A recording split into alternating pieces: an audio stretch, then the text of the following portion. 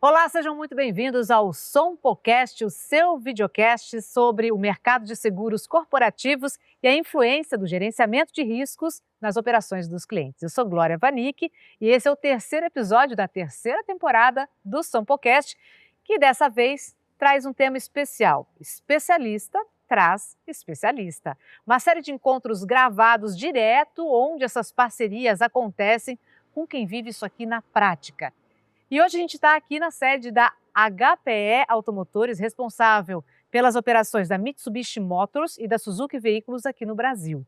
Um lugar que carrega tradição, carrega inovação e, claro, também, junto com tudo isso, vem muitos desafios logísticos e desafios operacionais, o que torna essa conversa ainda mais interessante. Para o nosso papo, a gente recebe dois convidados que conhecem muito bem o desafio de pensar em segurança, pensar em eficiência para uma operação de grandíssimo, de enorme porte. Mauro Luiz Correia, CEO da HPE Automotores, responsável por toda a operação da Mitsubishi Motors e Suzuki Veículos aqui no Brasil, e representando a Sompo, Alfredo Lallia Neto, que é o CEO da companhia. Muito obrigada, Mauro, muito obrigada, Alfredo. Um prazer ter vocês aqui no SompoCast. Alfredo, mais uma vez. Obrigado. Mais uma temporada. E para situar quem está assistindo, acompanhando a gente, a parceria entre a Sompo e a HPE começou lá em 2015, com seguro de transporte. Desde então, isso só evoluiu. Hoje essa relação envolve diferentes frentes como seguros de propriedade, D&O e uma atuação muito próxima na gestão de riscos. E o mais interessante é que esse trabalho vai muito além da cobertura em si. Ele envolve análise de dados, envolve prevenção de perdas e uma estratégia conjunta para tornar uma operação cada vez mais eficiente e mais eficaz. Começando então o nosso bate-papo, já vou direcionar para o nosso anfitrião. E eu queria entender, desde que você assumiu aqui a HPE, a gestão de riscos passou a ter um papel de destaque na operação estratégica aqui dentro da empresa, né? O que mudou internamente e por que esse tema ganhou tanto espaço na agenda da liderança?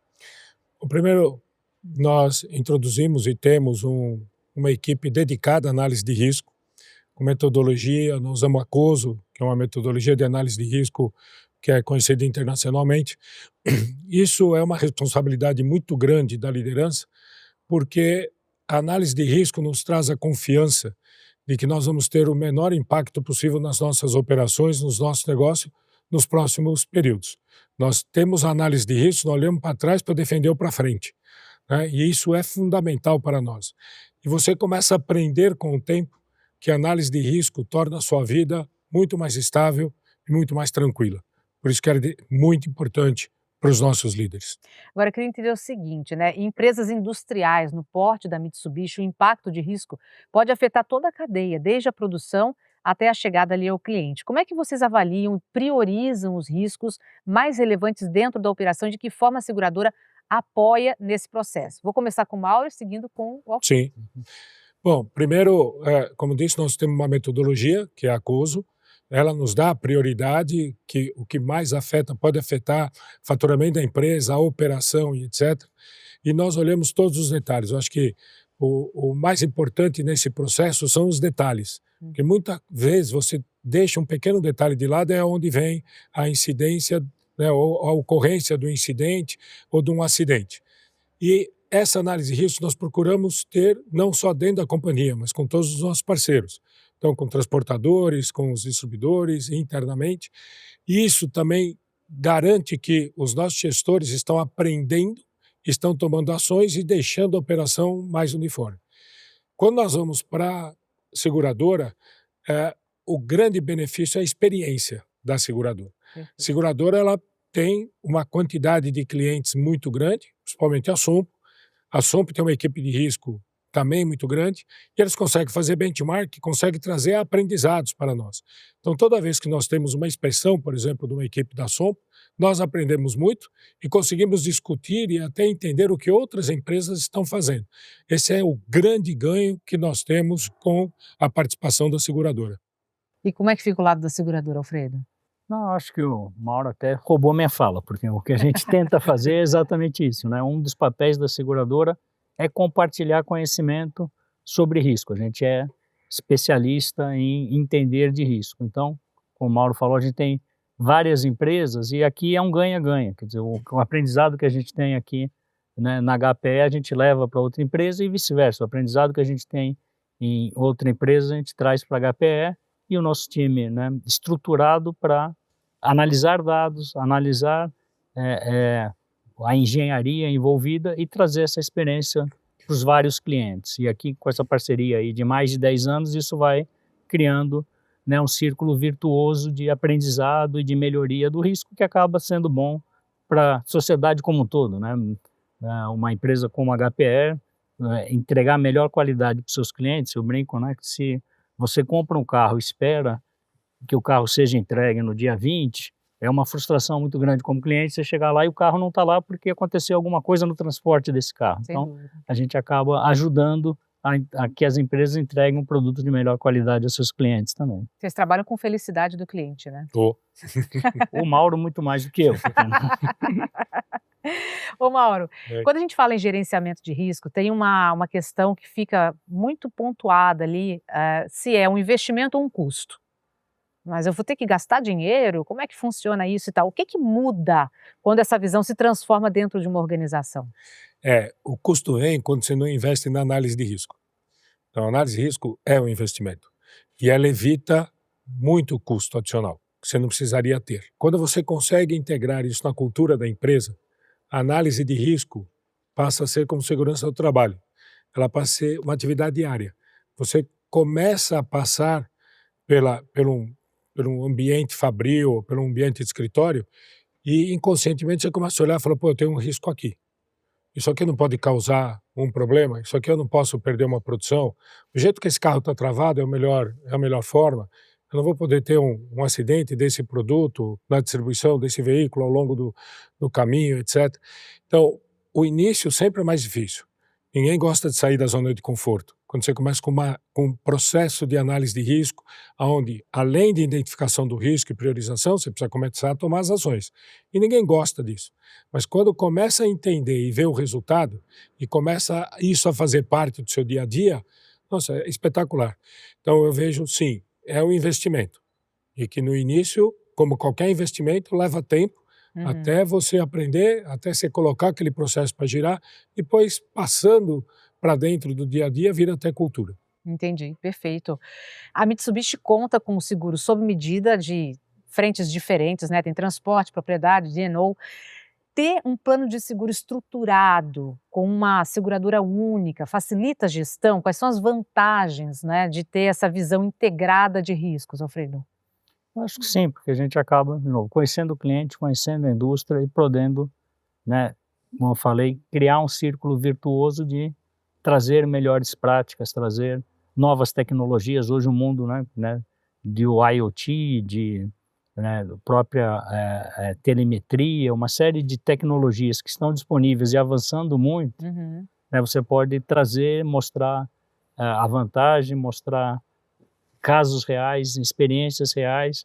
Então essa proximidade com o cliente acaba ajudando no dia a dia, porque as duas equipes têm certeza que estão buscando, né, uma melhor solução de risco, né, e ao longo do tempo, quando você está com o mesmo parceiro por uma longa jornada, isso vai se criando, né, intimidade, vamos chamar assim, entre as equipes, e isso gera melhores resultados. Você já conhece bem a empresa, já sabe exatamente quais são as necessidades, aí fica mais fácil fazer esse trabalho, né? Exatamente. Eu queria entender, nessa parceria, que tipo de melhoria operacional vocês já conseguiram alcançar com base nesse gerenciamento de riscos, nessas ações? Tem algum exemplo prático que vocês possam trazer para a gente que represente esse impacto direto na eficiência de toda a operação?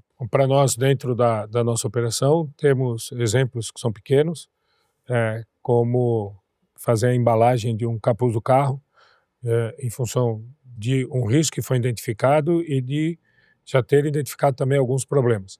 Então isso fez com que nós mudássemos todo o conceito, deixa o capuz para cima, faz um cálcio para segurar.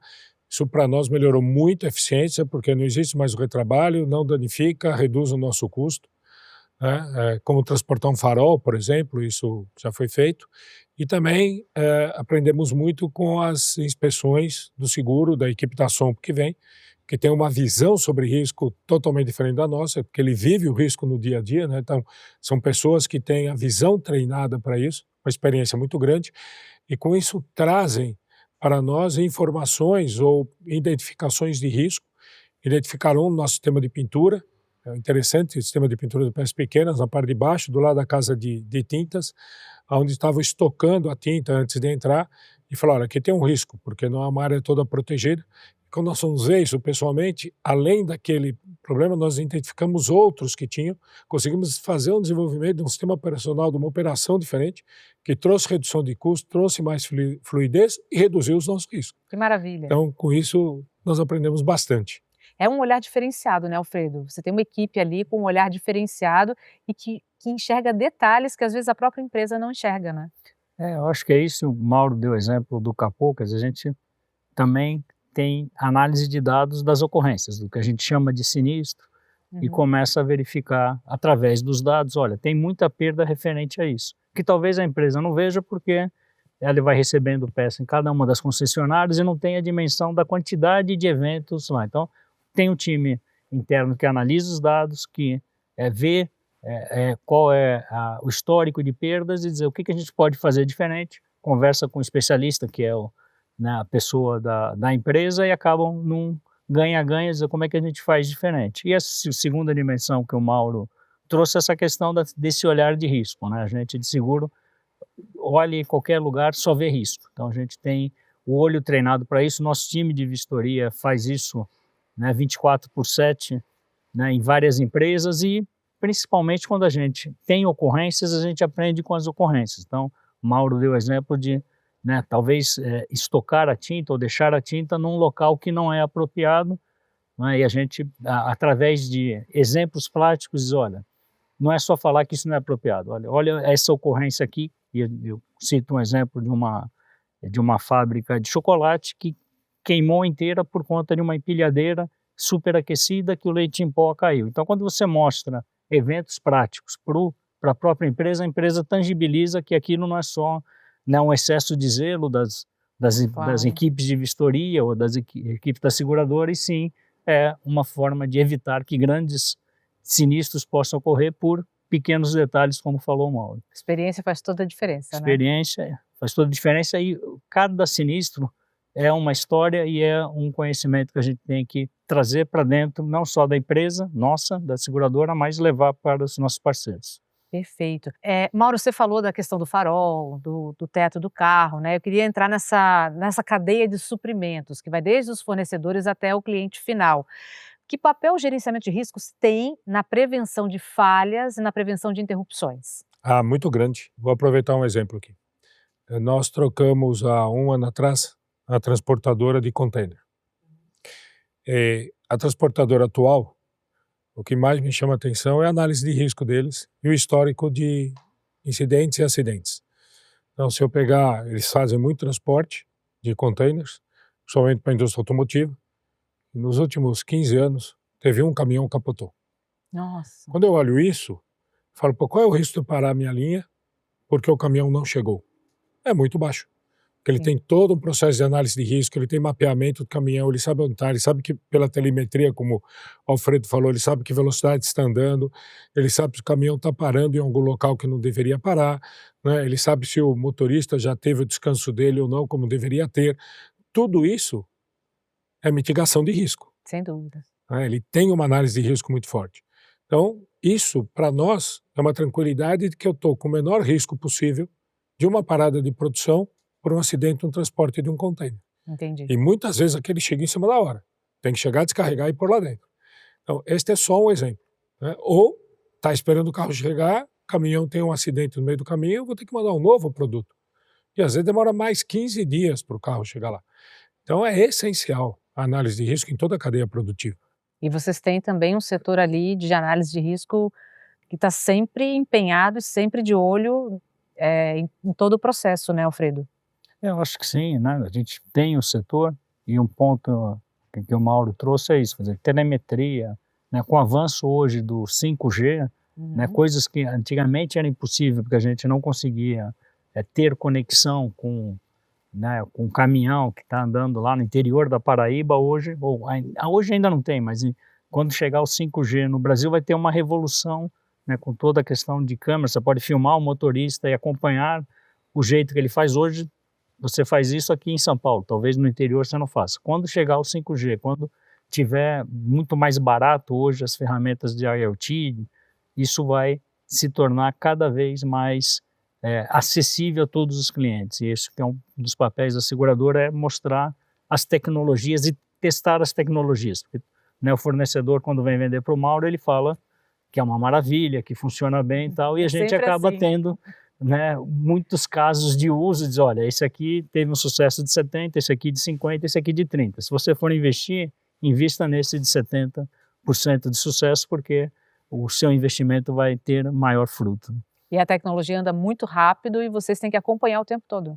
Exatamente. A gente tem um time que fica testando, aprendendo, mas finalmente a gente só vai ver a efetividade tendo muito dado. Como o Mauro falou, a gente tem, né, uma especialidade no setor automotivo muito grande. A gente está aí com a maioria das grandes montadoras, e desde os casos complexos, que é trazer um veículo da Ásia até aqui, até os casos que parecem simples, que é levar um farol de um centro de distribuição para uma concessionária. A gente acaba tendo, né, bastante dado e bastante experiência para compartilhar. Queria pegar essa questão dos dados que você trouxe agora. Como é que a análise de dados, análise de indicadores, como os dashboards de sinistros, por região, por tipo de ocorrência, como é que isso contribui nas decisões mais ágeis, mais estratégicas ali na operação?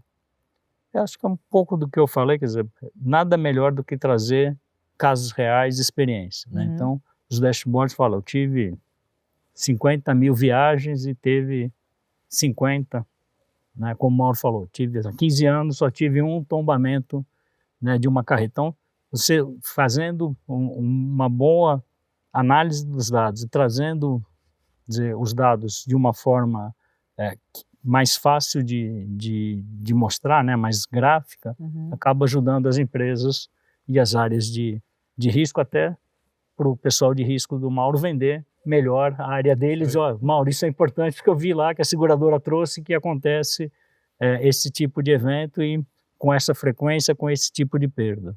Como é que vocês recebem esses dados? Como é que fica para vocês no processo a importância desses dados, Mauro? É importantíssimo. Vou dar um exemplo simples, que é uma análise de risco de rota de caminhão de entrega de veículos. Ele tem as informações onde estão os maiores acidentes, em que rota, onde tem roubo. Tem rotas no Rio de Janeiro, e eu já vi isso na outra empresa que eu estava, que pararam o caminhão, tiraram 2 carros zero de lá e levaram embora. Né? Então, essa informação a Sompo tem e nos passa. E aí nós vamos negociar com o transportador e falar, ó, agora o seguro é feito pela transportadora, né? Mas antes era pelo embarcador. Falou, cara, esta rota aqui você vai ter que fazer ela diferente. Ou mesmo onde tem maior incidência de bater numa ponte, etc. Nós tivemos um caso há pouco tempo atrás que o motorista saiu da rota estabelecida onde já tinha sido feita análise de risco, foi passar embaixo do viaduto e pegou 2 carros. Ai. Estavam chegando aqui para São Paulo, inclusive era para 2 funcionários nossos aqui, carros de executivos. Saiu fora de uma rota. Então, você já está com tudo pré-estabelecido. Se você seguir com disciplina aquilo que foi feito na análise de risco, as informações que você recebe da seguradora, com certeza você vai evitar em muito qualquer incidente. Então, para nós isso é muito importante, receber esse tipo de informação e, em conjunto, tomarmos as decisões de que ações vamos tomar ou vamos implementar para reduzirmos os riscos, nesse caso, por exemplo, de distribuição de veículos. Falando de tecnologia, o setor automotivo tem passado por muitas transformações de forma muito rápida, né? Na visão de vocês, queria ouvir dos dois, quais são os novos riscos que têm ganhado relevância com essas alterações e com essas mudanças e como as empresas podem se preparar para esse tipo de questão? Eu vou passar para o Mauro, porque ele é especialista. Olha, dentro da indústria automobilística, nós estamos no meio de uma transição energética, que é a eletrificação dos veículos. Quando você eletrifica um veículo, você começa a ter muito mais componentes eletrônicos dentro dele, cada vez mais. Além disso, você tem os carros conectados, né, que você também começa a colocar muito mais componente eletrônico e começa a abrir conexão para dentro desse veículo. Quando você olha isso, aqui você já vê 2 riscos interessantes dentro da cadeia de valor. Primeiro deles, a quantidade de semicondutores que vai dentro de um carro provavelmente elétrico deve ter aí seus 15 mil semicondutores. Aí você olha e fala, quem produz semicondutor, aonde, e qual é o risco de eu estar ligado somente a um fornecedor? Olha o que aconteceu durante a pandemia, desapareceram os semicondutores, né? E tivemos um problema de produção muito grande. Outro risco muito forte, o meu carro, que eu estou colocando na mão de um cliente, alguém pode acessá-lo de fora, se o carro é conectado? Alguém pode parar esse carro no meio do caminho? É um outro risco muito grande. Aí quando você faz para uma parte mais palpável, vou transportar um carro eletrificado. Uhum. Quantos navios já pegaram fogo com o carro dentro? Acabamos de ter um agora nos Estados Unidos, né, do lado ali do Alguns Canadá. casos recentes. Né? Você transportar uma bateria hoje é muito diferente do que uma bateria de um veículo eletrificado, é muito diferente do que transportar uma bateria de um carro a combustão, que é pequenininha. Até na estocagem. Você tem que pôr em local resfriado e etc. Dentro da própria empresa, os cyberataques. Hoje você está muito mais conectado, né, com muito mais sistemas trabalhando. Então, os ataques cibernéticos são muito maiores hoje em dia, o risco é muito maior. Então, sim, com o advento da tecnologia, com a inovação, você começa a correr riscos que antes você não pensava neles. E aí a sua análise de risco, a sua equipe de risco tem que estar muito mais atento, né, tem que estar muito mais focado, muito mais capacitado para poder enfrentar esses novos tempos. Que loucura, você trazendo essas informações para o outro lado, que é o lado consumidor, que é o meu, realmente alerta uma série de questões que a gente no dia a dia não pensa, e vocês já estão à frente pensando, né, Alfredo? Nós estamos pensando, acho que o Mauro citou bem o caso do veículo elétrico, do transporte dele é um grande desafio, né? Quando começa um incêndio em alto mar, quer dizer, antigamente a gente se preocupava se o navio ia afundar ou não, agora se o navio incendiar ou não, e até coisa mais simples, quer dizer, o carro elétrico tem um centro de gravidade diferente do que o carro tradicional. Quando você coloca 12, 15 desses carros numa cegonha, quer dizer, o centro de gravidade da cegonha muda também. E conforme o centro de gravidade muda, o motorista tem que ter um tipo de condução diferente para evitar o tombamento, para evitar, né, o que a gente chama do L da carreta. Então, tudo isso foi um aprendizado ao surgimento do carro elétrico, que a gente está aprendendo porque a cada dia a tecnologia vai mudando. Então, é um grande desafio de aprender, entender as consequências em riscos que talvez emergentes, que a gente nem imaginava, e trazer de volta aí para as empresas soluções para evitar novas perdas. Bom, para a gente encerrar aqui, eu queria saber se vocês acreditam que o setor automotivo está avançando em termos de maturidade de risco, né? O Brasil tem muito espaço ainda para crescer nesse sentido. Quer começar, Alfredo? Sim, eu começo. Na verdade, eu acho que o setor automotivo sempre esteve à frente, talvez, dos outros setores em segurança. Afinal, né, o veículo tem que ser um objeto seguro, o veículo tem que fornecer tecnologia para que menos acidentes ocorram, para que a sociedade tenha menos risco, né, na locomoção. Então, acho que isso faz parte da indústria automotiva desde os primórdios. Então, comparativamente a outras indústrias, acho que a indústria automotiva está avançada. Afinal, né, é uma das marcas que se vende aos seus clientes, é segurança ao conduzir um veículo. Então, não tenho a mínima dúvida que a indústria automotiva está à frente aí, talvez, de outras indústrias no quesito de segurança, de maneira geral. Como é que é para você, Mauro? A indústria automobilística é uma indústria centenária. Quando eu olho para o lado de dentro da indústria em si, esse é um aprendizado que vem ao longo do tempo, mas também é uma indústria que se atualiza muito rápido. Uhum. A inovação é parte integrante do nosso processo diário. Então, todo dia nós temos que pensar numa coisa diferente. Começando lá na Revolução Industrial. Começando na né? Revolução Industrial, né? Você tem toda a razão. E cada dia nós temos que pensar em alguma coisa diferente. Mesmo que lá atrás, se você pegar o primeiro carro a atingir 100 km por hora, em 1899, foi um carro elétrico. Uhum. Só que naquela época você não tinha condições de fazer em escala industrial. E essa tecnologia está aqui hoje criando desafios para a indústria, neste modelo de análise de risco e de segurança. Há um tempo atrás se desenvolveu um sistema que, quando o carro tinha uma frenagem muito rápida, para que a pessoa que estivesse atrás, o motorista atrás, pudesse também ser despertado para aquilo, os pisca-alertas começavam a funcionar automaticamente sem você precisar apertar o botão. Hoje você já tem um sistema que lê, né, que freia o carro que está atrás, e já tem um novo, que nós trouxemos num carro que acabamos de lançar, na Outlander, que ele vê o carro que está à frente. Ele não olha só o carro que está freando aqui, ele está vendo se o carro da frente está freando, ele começa a frear antes do da frente frear. Então você tem que pensar a todo momento dentro da indústria como você vai mitigar risco. Porque no final, como o Alfredo falou, isso é a marca, isso mostra quão seguro é o seu produto e, além disso, na indústria são mais de 100 anos aprendendo, infelizmente, com os acidentes e incidentes e melhorando cada vez mais as análises e também as atividades para redução de riscos. Perfeito. Nessa nossa temporada, antes de encerrar, eu sempre peço para que vocês deixem uma mensagem final, né? Pode ser uma reflexão sobre o papel de gerenciamento de riscos nas empresas, o valor das parcerias estratégicas, como essa parceria que já dura tanto tempo, né? Ou então um recado para quem está acompanhando mesmo e quer evoluir nessa jornada. Quem começa? Alfredo. Alfredo.